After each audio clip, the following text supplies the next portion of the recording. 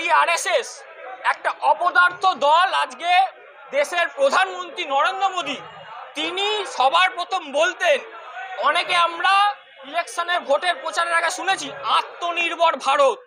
ওনার শাসনকালে আজকে প্রমাণিত হলো যে ভারতবর্ষ অতীতে কোনো বিদেশি শক্তির কাছে কোনোদিন মাথা নত করেনি, কিন্তু ওনার কাছে আজকে প্রমাণ হলো যে ওনার রাজত্বকালে বিদেশি শক্তি আমেরিকার কাছে শুধুমাত্র পুঁজিবাদের স্বার্থে খেটে খাওয়া মানুষের কথা নয়, 140 কোটি ভারতীয় জনগণের জন্য নয়, উনি শুধুমাত্র পুঁজিবাদকে প্রতিষ্ঠা করার স্বার্থে গরিব খেটে খাওয়া মানুষের রক্ত চোষার স্বার্থে আজকে আমেরিকার কাছে মাথা নিচু করলো।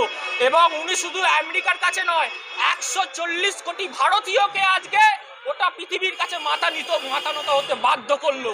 আজকে যে বিজেপির মন্ত্রীরা, এই যে বক্তারা, প্রতিনিধিরা এই বক্তব্যগুলো রাখে, অশিক্ষিত একটা দল, যাদের কোনো শিক্ষাগত যোগ্যতা দেখতে গেলে কিচ্ছু নেই, তারা আজকে কি জানে বাংলা ভারতবর্ষের সম্পর্কে।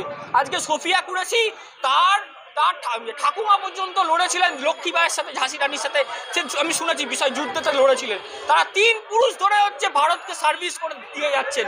যখন দেশ স্বাধীন হয়নি সেই স্বাধীনতা সংগ্রামেও পর্যন্ত তাদের পূর্বপুরুষরা লড়েছেন। আজকে যে সোফিয়া কুরেশি যে বলছেন, তার বিরুদ্ধে যে কথাটা বলছেন, তার ইতিহাসটা একবার ঘেটে দেখবেন তো, তার পূর্বপুরুষেরা কতটা লড়াই করেছেন বা তিনি কতটা অবদান রেখেছেন। বিজেপি হিন্দুত্ববাদের নাম করে সাম্প্রদায়িক দাঙ্গা বজায় রেখে ভোটে জিতে তারা নিজেদেরকে ভগবানের আসনে বসিয়ে দিয়েছেন। ভারতের জনগণ স্পষ্ট বুঝতে পেরেছে আগামী দিন খুবই তাড়াতাড়ি আসছে। এই দালালগুলো যারা ভারতের জনগণকে বিকিয়ে দিয়ে সাম্প্রদায়িক রাজনীতি রেখে যারা ভোটেতে জিতে শুধু নিজেদের ব্যক্তি স্বার্থ প্রতিষ্ঠা করার চেষ্টা করছেন, ভারতের জনগণ খুব তাড়াতাড়ি তাদেরকে জনতার আদালতে টেনে এনে বিচার নেবে। প্রত্যেকটা ব্যক্তি এই বিজেপির যারা আছেন, যারা প্রতিনিধিত্ব করছেন, নেতৃত্বের জায়গায় বসে আছেন, তারা একটাই জিনিস জানেন, যে কোনো ইস্যু, সেই ইস্যুটা তাদের ব্যক্তি স্বার্থে, তাদের আদর্শগত স্বার্থে, সেই আদর্শ যে সাম্প্রদায়িক রাজনীতি করা, সেটাই তাদের আদর্শ। এই আদর্শকে প্রতিষ্ঠা করার জন্য তারা যতটা খারাপ হতে পারেন ততটা হতে পারেন। পাকিস্তানের পতাকা ছাপা হচ্ছে কোথায়? নিশ্চয়ই তো উনি পাকিস্তান থেকে ইম্পোর্ট করছেন না, তাহলে উনি সেটাকে ছাপাচ্ছেন এখানে ছাপিয়ে সেটাকে পোড়াচ্ছেন। এই বিষয়ে একটা বলার আছে। প্রথম কথা উনি যে পাকিস্তানের পতাকাটা পোড়াচ্ছেন, আজকে উনি তো দেশের প্রধানমন্ত্রীকে, ওনাদের তো নির্বাচিত প্রধানমন্ত্রী, এই প্রশ্নটা করতে পারলেন না কেন? আজকে আমেরিকার কথায় পাকিস্তানের সাথে যুদ্ধটা থামিয়ে দেওয়া হলো। ওটা দেশের ভারতবর্ষের 140 কোটি জনগণ আজকে নরেন্দ্র মোদীর পাশে দাঁড়িয়েছিল। দল মত নির্বিশেষে সব ধর্ম এক হয়ে আজকে 140 কোটি ভারতের জনগণ নরেন্দ্র মোদীর পাশে দাঁড়িয়েছিল। তাকে প্রধানমন্ত্রীর স্বীকৃতি দিয়ে প্রত্যেকটা রাজনৈতিক দল, প্রত্যেকটা ব্যক্তি প্রত্যেকে দাঁড়িয়েছিল।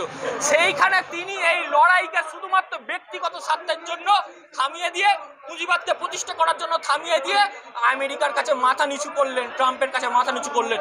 শুভেন্দু অধিকারীর যদি সত্যি দেশপ্রেম তার মধ্যে থাকে, তাহলে সবার আগে নরেন্দ্র মোদীর ওপর প্রশ্নটা ওনার করা উচিত যে তিনি কিভাবে 140 কোটি ভারতীয় জনগণের এই আশা ভরসার ওপর নিজের ব্যক্তিগত স্বার্থ চাপিয়ে দিলেন। এনআর মার্বেল হাউস জগৎবল্লভপুরের ইচ্ছানগরী এলাকায় রয়েছে এলাকার সবথেকে বড় মার্বেল টাইলস গ্রানাইটের শোরুম।